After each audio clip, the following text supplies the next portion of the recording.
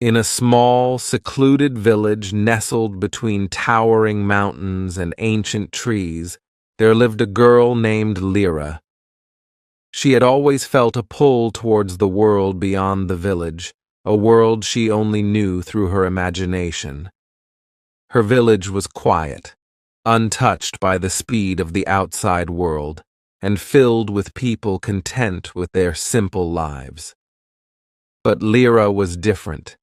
She dreamed of the wind, of far-off lands where stories were not just told but lived. Her home stood on the edge of the forest, where the whispering trees seemed to talk to her. Every evening, she would sit by the window and listen. Some said it was only the wind playing tricks, but Lyra believed otherwise. She had always felt that the wind carried with it something special, something only she could hear. It was like a song, a melody calling her from beyond the mountains. One day, while walking through the village square, an old traveler appeared, cloaked in layers of faded, weather-worn robes. His face was lined with the years of a life spent wandering, and in his eyes, Lyra saw the vastness of the world she longed to know. He told stories of lands where the oceans gleamed like jewels and cities where towers scraped the sky. Lyra was entranced. The traveler noticed her curiosity and handed her a small, intricately carved flute made of wood as dark as night. "This is no ordinary instrument," he said, his voice low and gentle. "It carries the song of the wind. Play it when your heart is open, and it will show you the way to your deepest desires."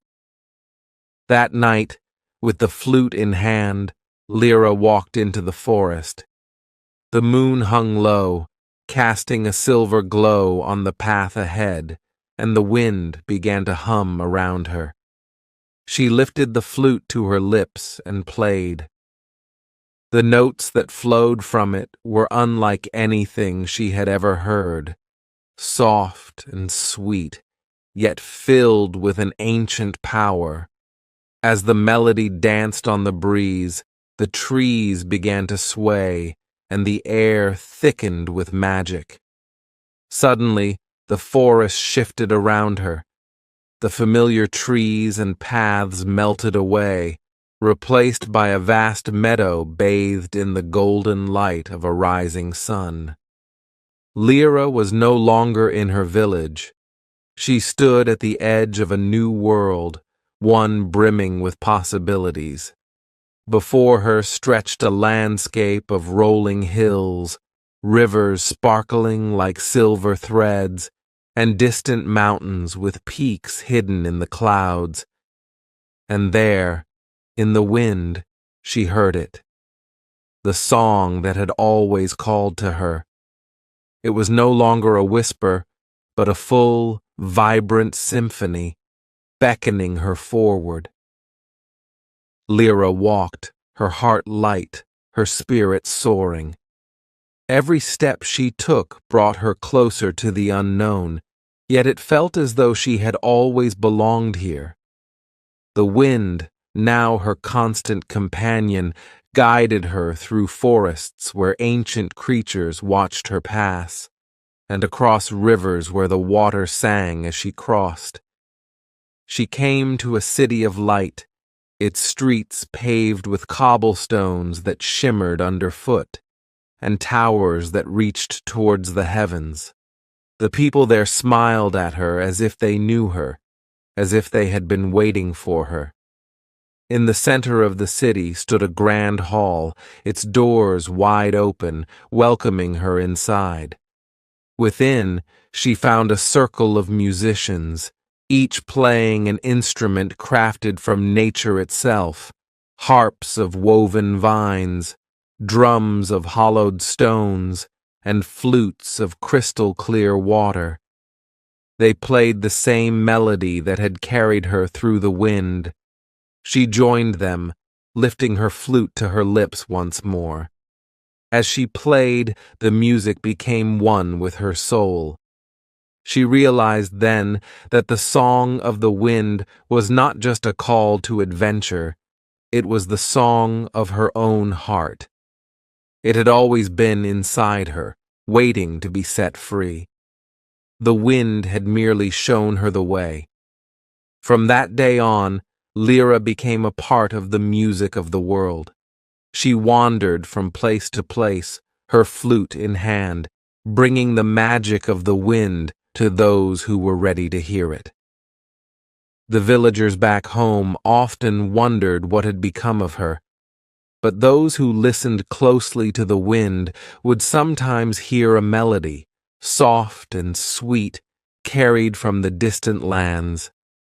A melody of freedom, of dreams fulfilled, and a girl who had followed the wind to her heart's desire.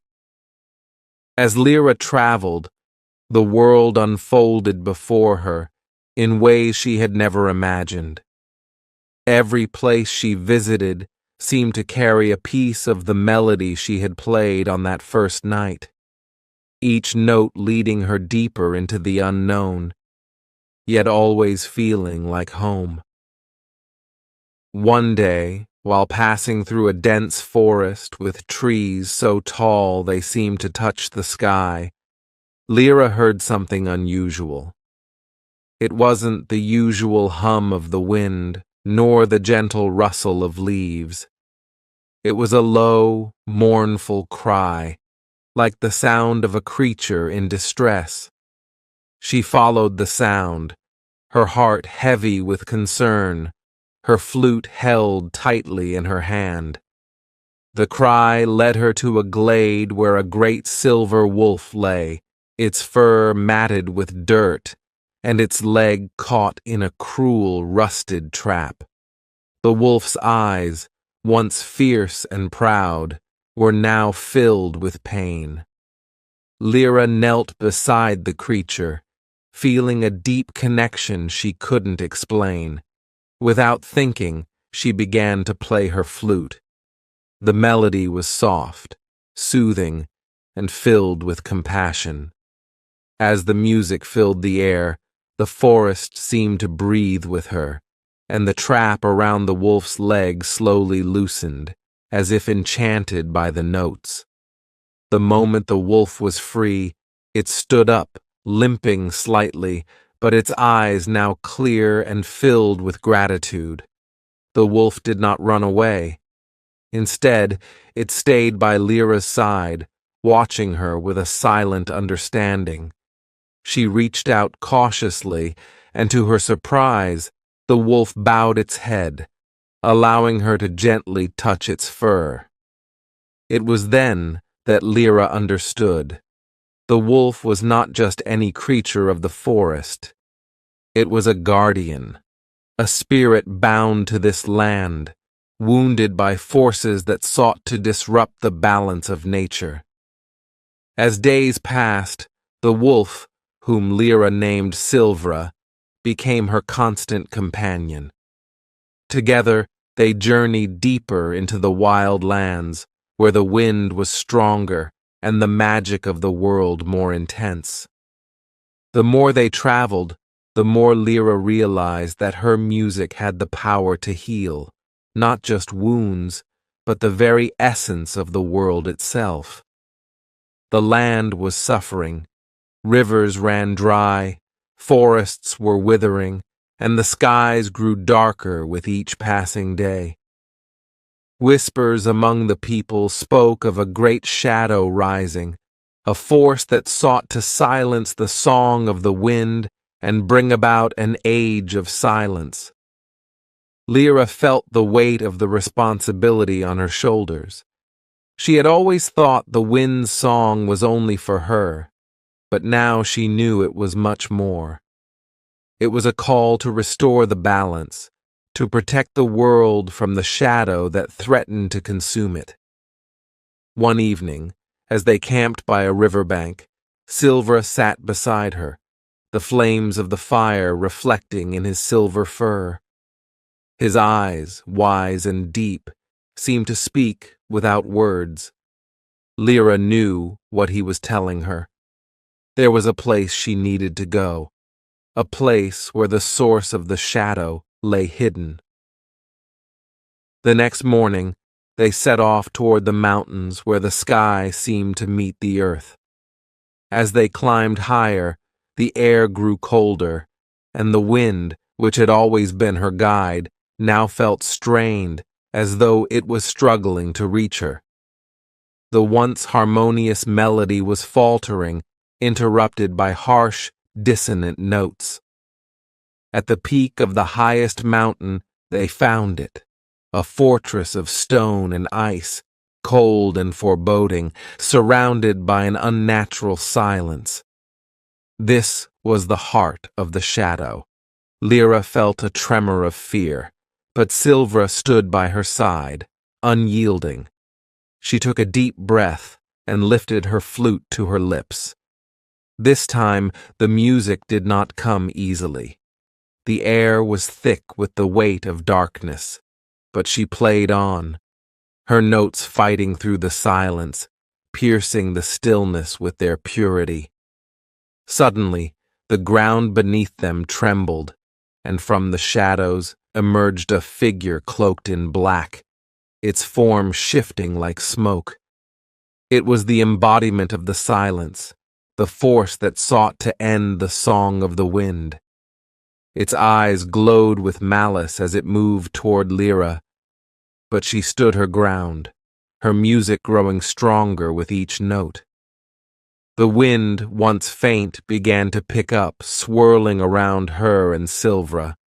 The wolf growled, standing protectively in front of her, but Lyra knew this battle was not one of teeth and claws. It was a battle of heart and soul. As the shadow loomed closer, Lyra closed her eyes and let herself be consumed by the music. She played not only for herself, but for the world, for the rivers, the trees, and the creatures that depended on the song of the wind. Her melody soared, rising above the darkness, and for a moment it seemed as though the world held its breath. Then, with a final, powerful note, the wind surged. It wasn't just the soft breeze she had known all her life. It was a mighty, roaring force, filled with the power of the earth itself. It swept through the fortress, shattering the silence, and the shadow let out a terrible cry as it was torn apart by the very song it had sought to destroy. When the wind finally calmed, the fortress was gone, reduced to nothing but whispers in the breeze. The sky cleared, and for the first time in days, the sun broke through the clouds, bathing the land in light. Lyra lowered her flute, her heart full. Silvra stood beside her, his eyes reflecting the warmth of the sun. The world was healing, and the song of the wind, now stronger than ever, would continue to guide those who listened. As Lyra and Silvra descended from the mountain, the air felt lighter, clearer, and alive with the echoes of the wind's song. The world had been restored to its natural rhythm, and Lyra could feel it in every step. The trees whispered once more, the rivers sang, and the creatures of the wild emerged from their hiding places. Yet, even as peace returned, Lyra knew that her role as the keeper of the wind's song had only just begun. They traveled far and wide, through valleys of golden fields, across deep, mysterious forests, and into towns where the people greeted her with curiosity and warmth. The legend of the girl with the flute and her silver wolf companion began to spread, whispered in markets and taverns, and passed from village to village. Some claimed she was a spirit of the wind herself, sent to restore balance to the world. Others believed she was merely a girl blessed with a gift of extraordinary power. But Lyra paid little attention to the tales. She had come to understand that her purpose was not tied to recognition or fame. It was tied to the music and the magic that flowed through her. One night, as they camped under a sky full of stars, Silvra nudged Lyra's hand, drawing her attention to the horizon. In the distance, faint but unmistakable, was the flicker of a distant light. It wasn't the soft glow of a town or the warmth of a distant fire. It was something else, something unnatural. Lyra's heart quickened. She had thought the shadow was gone, but now, seeing the strange light on the horizon, doubt crept into her mind. Silvra's keen eyes mirrored her concern. They both knew that their journey was far from over. The next morning, they set off towards the source of the light, moving swiftly through unfamiliar terrain. As they drew closer, the landscape changed. The lush greenery gave way to barren, rocky land, and the wind, once playful and free, now seemed to hesitate, as if wary of the path ahead. Days passed as they ventured deeper into this new and hostile land, and the light grew stronger, brighter. It wasn't just light, it was fire. As they neared, Lyra saw what looked like a city, but it was nothing like the cities she had visited before. The buildings were jagged and blackened, and the air smelled of ash. This place was not alive. It was cold, harsh, and filled with a sense of despair.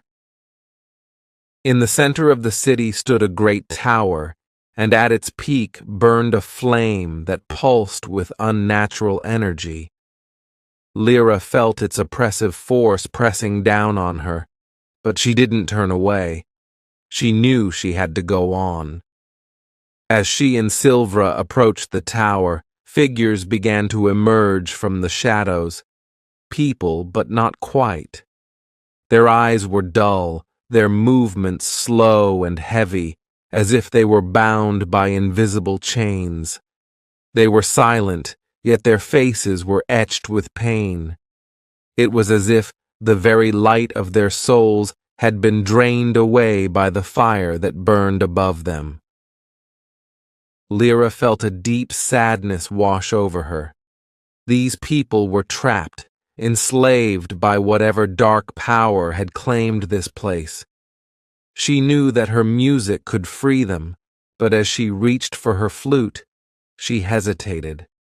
This time, the darkness felt different. It wasn't a mere shadow. It was a force that had taken root in the hearts of these people, feeding off their fear, their hopelessness. Silvra growled softly beside her, sensing the danger ahead. Lyra knew she couldn't fight this with force.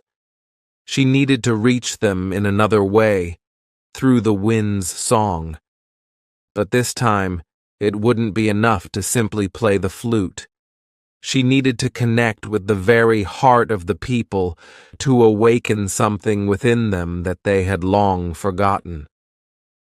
She took a deep breath and began to play, but this time the notes were softer, gentler, more intimate.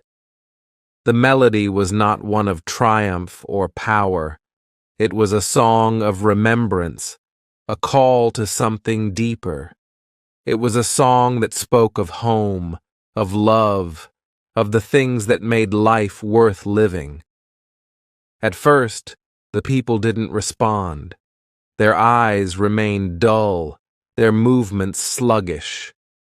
But then, slowly, something began to shift.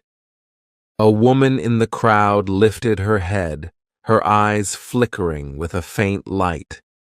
A man beside her reached out, as if trying to grasp something he couldn't quite remember. The fire at the top of the tower flared, as though sensing the threat, but Lyra played on. The wind began to swirl around her, carrying the notes through the streets, through the hearts of the people.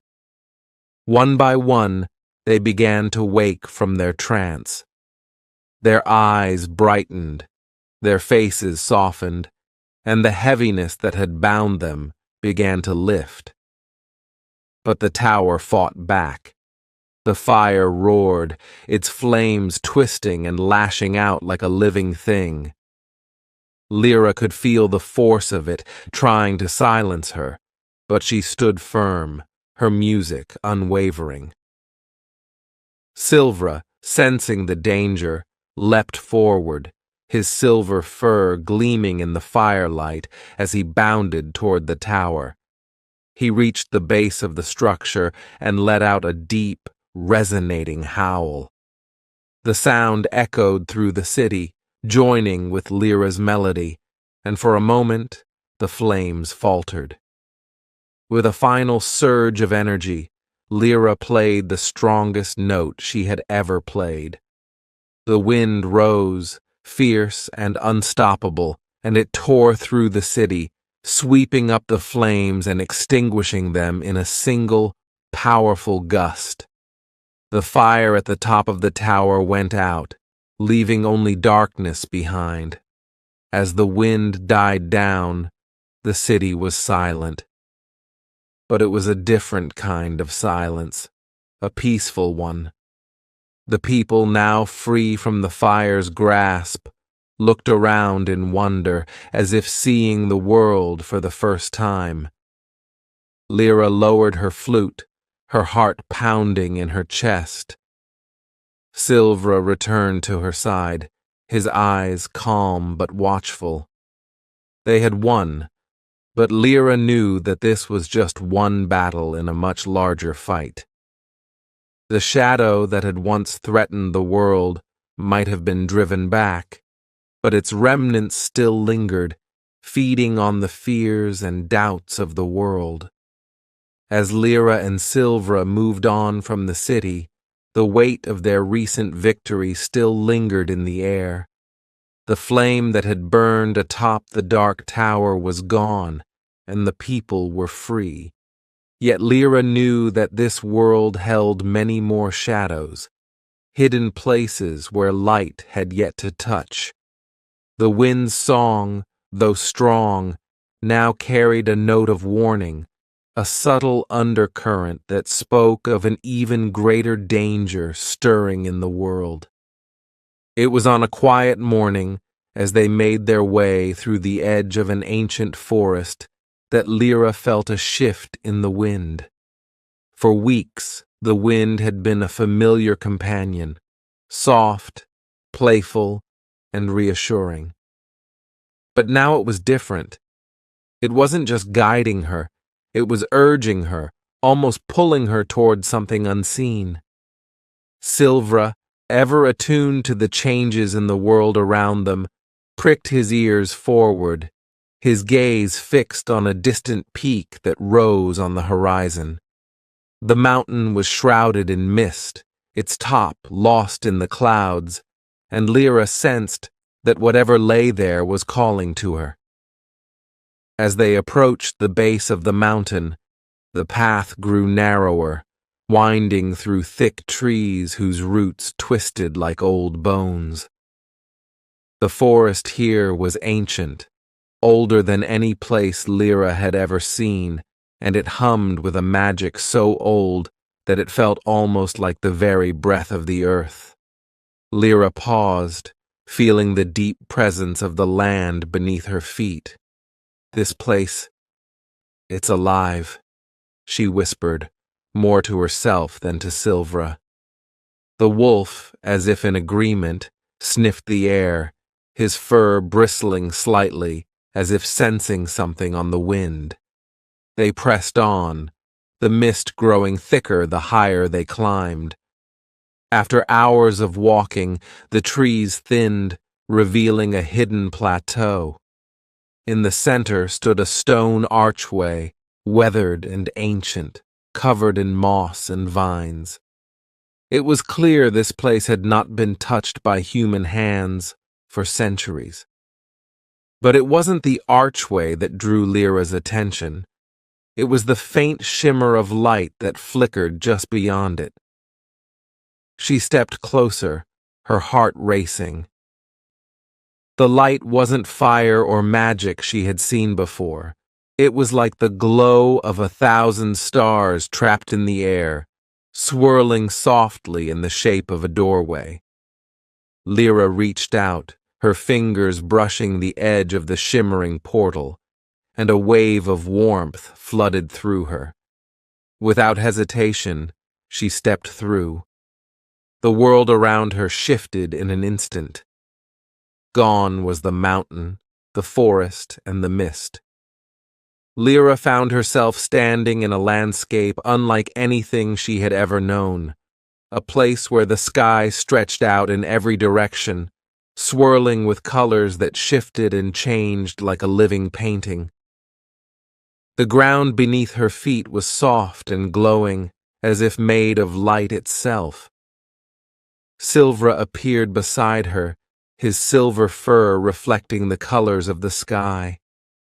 His eyes met hers, filled with curiosity but also with a silent understanding. They had crossed into a realm beyond the world they knew. Before them, a figure emerged from the swirling light. It was a woman, tall and ethereal, her form shimmering like the stars above. Her eyes were deep and ageless, filled with both wisdom and sorrow. "Lyra," the woman spoke, her voice like the wind itself, soft but carrying great power. "You have followed the song of the wind, but now you stand at the threshold of a new journey." Lyra felt a tremor of awe and unease. "Who are you?" The woman smiled gently. "I am Eloria, the guardian of the star wind. Long ago, before your world came to be, there was another, the world of the first winds. It was a place of pure magic, where the wind carried not only the breath of the earth, but the very essence of creation. But that world has been lost, consumed by the darkness that you have only just begun to face." Lyra's heart quickened. "The shadow, it's not gone?" "No," Eloria said, her gaze growing distant. "The shadow you defeated was but a fragment. The true darkness lies in the heart of the star wind, where the first winds were born. It is awakening, and if it is not stopped, it will devour both our worlds." Silvra growled low, sensing the gravity of the situation. Lyra clenched her flute tighter in her hand, feeling the weight of this new burden. But there was something else, a spark of excitement. This was what she had been preparing for all along. The wind had led her here for a reason. "How do I stop it?" Lyra asked, her voice steady, though her heart raced. "To face the true darkness, you must find the song of the stars, a melody that has not been played since the dawn of time. Only it has the power to bind the shadow and restore the balance. But the song is hidden, scattered across this realm and protected by ancient forces. You must seek out the 3 celestial guardians who guard its notes. Only with their guidance can you learn the song and confront the darkness." Lyra nodded, determination rising within her. "Where do I begin?" Eloria extended her hand, and a glowing map appeared, hovering in the air before them. It showed 3 points of light, spread across the vast, otherworldly landscape. The first guardian awaits in the Valley of Echoes, Eloria said. It is a place where time and sound intertwine. There, you will face the guardian of sound. Only if you can master the echo of your own heart will you receive the first note of the song. Lyra studied the map, her resolve hardening. She had faced shadows and flames, healed lands and freed people. Now she was called to something even greater. With a deep breath, she looked back at Eloria. I will find the guardians, and I will learn the song of the stars. The guardian of the star wind smiled, her form beginning to fade into the swirling light. Remember, Lyra, this journey will not just test your strength, it will test your spirit, your heart. The darkness seeks not just to extinguish the light, but to corrupt it. Stay true to the wind's song, and you will prevail. With that, Eloria disappeared, leaving Lyra and Silvra alone beneath the vast, swirling sky. Lyra looked toward the horizon, where the first point on the map glowed faintly in the distance. The Valley of Echoes awaited, and with it, the first step toward unlocking the greatest song ever known. Her adventure had only just begun. With Silvra at her side, Lyra set off once more, ready to face the challenges ahead, the wind now carrying her toward a new destiny, the fate of both worlds resting on the melody she would soon uncover.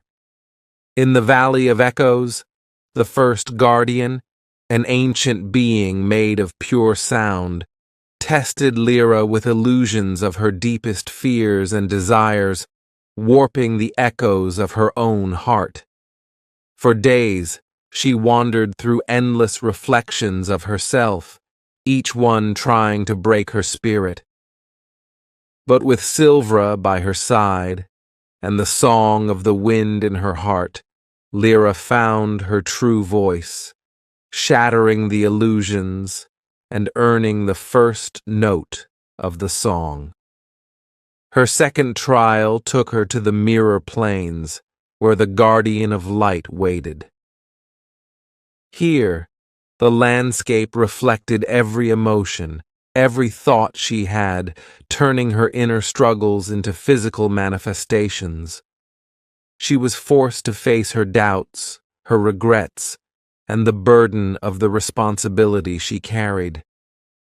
It was only by accepting her imperfections and embracing the light within herself that she could claim the second note. The final trial brought Lyra and Silvra to the edge of the star wind, where the sky itself seemed to fall into an infinite abyss. The last guardian, the keeper of time, challenged her with visions of what could be, a future where she failed, where the darkness consumed both worlds, leaving only silence. But Lyra, who had journeyed so far and grown so much, refused to be swayed by despair. She held on to the hope that her music could change the fate of the world, and with that belief, she received the third and final note of the song. With all three notes gathered, Lyra stood on the precipice of her final confrontation. The shadow that had once seemed distant now loomed before her, an all-consuming force that churned at the heart of the star wind. Its presence was overwhelming, a void that threatened to swallow everything in its path.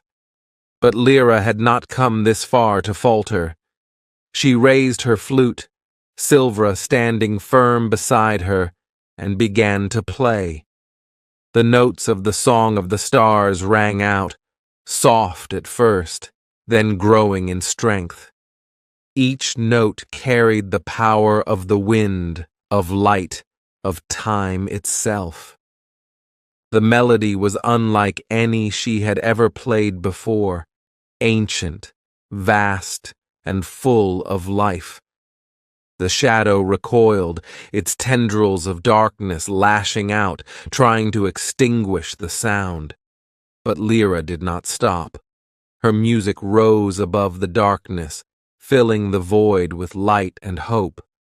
The wind surged around her, swirling through the air like a living force, carrying her song across the endless sky. As the final note of the Song of the Stars echoed out into the abyss, the shadow let out a terrible, guttural cry. It writhed and twisted, fighting against the light, but it was no match for the ancient power of the song. The darkness began to unravel, piece by piece, until it was nothing more than a wisp of smoke, vanishing into the wind. The star wind was still. For a long moment, Lyra stood in silence, the flute resting in her hands. She felt the weight of the world lift from her shoulders, and the wind, once heavy with warning, now whispered a song of peace. The realm of the star wind, once chaotic and dangerous, was calm. The skies shimmered with a soft glow, and the land breathed with new life. Silvra nudged her gently, and she smiled, her heart full. The journey had been long, and she had faced challenges she never could have imagined, but she had done it. The shadow was gone, and the balance between the worlds was restored. As they stood at the edge of the star wind, the shimmering light of the portal appeared once more. Lyra knew it was time to return. She and Silvra stepped through, leaving the world of the first winds behind them. When they emerged on the other side, the mountain and the mist greeted them just as they had left it. The world was the same, yet everything had changed. The wind that blew through the trees now carried a new melody, one of hope, of renewal, and of harmony. Lyra looked out over the land, knowing that her journey was over. She had followed the call of the wind and had restored not just her world, but the ancient magic of the star wind as well. The darkness had been defeated, and the song of the wind would live on, guiding others who might one day face similar shadows. With Silvra by her side, Lyra set her flute to her lips once more. As she played a soft, gentle tune, the wind picked up, carrying the notes far and wide, across the mountains and forests, over rivers and valleys, until the entire world could hear the song of the girl who had saved them all. Her adventure was over, but the music would never end. And so Lyra walked into the horizon, the wind forever at her back, her heart full of the melody that would live on in the stories of those who would remember her as the keeper of the wind's song, the girl who turned silence into music and brought light to the darkness.